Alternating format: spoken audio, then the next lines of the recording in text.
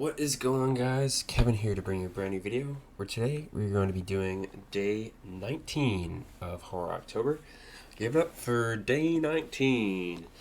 So for today's film, the film that we decided to watch last night was Summer of '84, a Shudder original film. I like the movie for a good majority of it, but like both the beginning and the end aren't that great for their own individual reasons, I would say. Like the beginning is just I just like wasn't that into it. And I guess like I was pretty tired when I like started watching it last night anyways, and I had to turn it off 25 minutes in because I was just too tired to watch it. And so I watched the rest of it this morning. But I mean, for like the first like 15 minutes or so, like I'm not exactly sure like what the hell this film is. And I watched it without like reading the synopsis, so I had no idea what it was anyways. So I kind of just like went in blindly, and I started watching it, and I'm just like, dude, like what is this? Like I don't understand. But after a while, you do start to like figure out like, okay, this is the plot and this is what we're getting at here. So Summer of '84 is about these four kids who hear about this murderer called the Cape May murderer, who's been like doing like serial killings, and they suspect that their neighbor across the street is the murderer. So they begin to like spy on him and do different things to try to like investigate whether or not it could be him. And they keep like uncovering different clues, and they slowly start to like figure it out, like what was going on exactly. But yeah, they slowly start to figure it out, and they start like piecing together like little details here and there that kind of like signal like what was going on. And it was interesting because for a while you could like try to like make a bet as far as like whether or not like this guy they were following would actually be the serial killer. You could make a case for him not being the killer, and then you could make a case for him just being the killer. And I wasn't sure like what would be the better outcome, because I feel like if he was the killer, like that would be like obvious and lame, and then if he wasn't the killer, that could also be obvious and lame. But the movie does it in sort of a way that kind of works really well actually.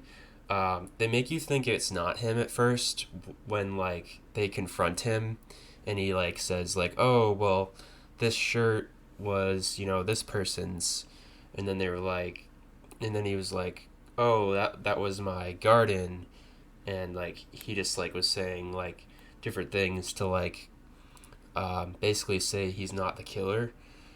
And like this guy was a cop too, and he was like, "Oh yeah, we've been looking for that guy," and like so like this guy they suspected was a cop, and like no one suspected him, or a lot of people didn't suspect him because he was a cop. So that was also like part of his like argument. And so like with that you can kind of like start to believe like, okay, maybe he's not the killer. So you start to kind of think that a little bit. But in the back of my mind I was like, yeah, he's probably still the killer, and he was. And that's where it gets interesting, is because the one main character like still believes it while the others like don't.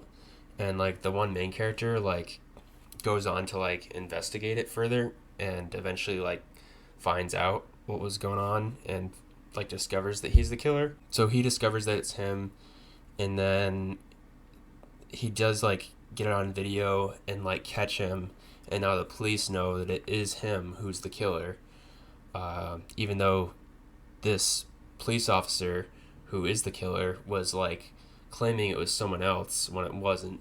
The movie takes an interesting turn at this point because they find out it's him, but then they couldn't find him because he was like on the loose. And then he like captures this main character kid and like his friend, and out in the middle of the woods and kills one of the friends, not the main character, but he kills like his friend, which is shitty. But then the kid gets away, and then I would say the worst part of this movie, the ending happens, where the freaking the killer guy was never found, and the killer guy had said to like the main character kid like, one day you'll see me again and I'll make you pay, or I'll make you suffer, for doing this to me, for exposing him, and I'll make you think of me every day, looking over your shoulder, or every day like wondering if I'm gonna be there, like something like that. And yeah, they just never find him, and then the movie just like ends. Like the thing that bothers me about this whole like ending scenario is that it's pretty anticlimactic, in the sense that we don't really get like a really like good closure ending, and then it's also blatantly setting up for a sequel. Like there's no way they're not intending to do a sequel if the killer got away and then he's still like at large. So they have to be setting up for a sequel. It just kind of bothers me a little bit that they decided to just like end it there. At one point, like these guys, this main character guy and like his friends were like down in the basement, and his friends who were like outside had turned off their walkie-talkies because they had essentially given up on it being him. They were convinced, this one kid was like convinced that it was not him, and he turns off his walkie-talkie, and these guys are just like alone in his basement. And like that's when I thought like, oh, now he can like trap them, or he could like kill them if he wanted to, because they don't have a walkie-talkie. But he doesn't show up in the basement, which I found kind of like odd. And they just like find this body in his basement, and they find like this kid tied up and like some pictures, and then that's when they incriminate him and they go to the police. But if he had just like come back to the house, he could have just like found them and then like captured them, and then we would have had like a totally different story. So it's just interesting to me that they didn't have it so that he would like come back to the house. It's just they just find the evidence and then just go. But yeah, overall it's a pretty fun movie. Just seeing them like piece together all these little things that could lead you to believe that this guy's the killer, and then you have to kind of like make the decision for yourself as far as like, is it him? And there's all these little like details that you're like thinking about, which is kind of cool. And it has a cool setting. Obviously it's in the 80s, as the title shows. So I do like that setting. It has been like overused at times, but I do think it's a good setting, for this particular type of film. And it's not just like your typical like slasher film. It's more deeper than that, and that it's like a mystery that they're trying to solve. So I think it's still a pretty good like fresh take. And one of the cast members is Judah Lewis, who you may know from the movie The Babysitter and The Babysitter 2, Killer Queen. This was interesting to see him in, because like this movie was from 2017. 2018. He was like a kid in the first Babysitter, and then he's like a teenager like trying to get laid in the movie. Like that's the whole meme in the new movie is like he's trying to get laid. And like in this one, he's like right in the middle, where he's like a teenager, but like he's like still kind of like a child.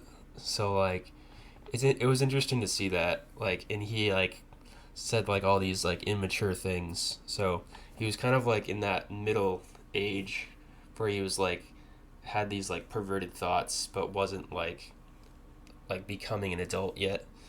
So that was kind of interesting. But yeah, otherwise the cast did pretty well for all of them, I'd say. But yeah, as far as the rating goes for this movie, I was gonna give it like an 8 something, but honestly, ending really kind of hurts the rating for this for me.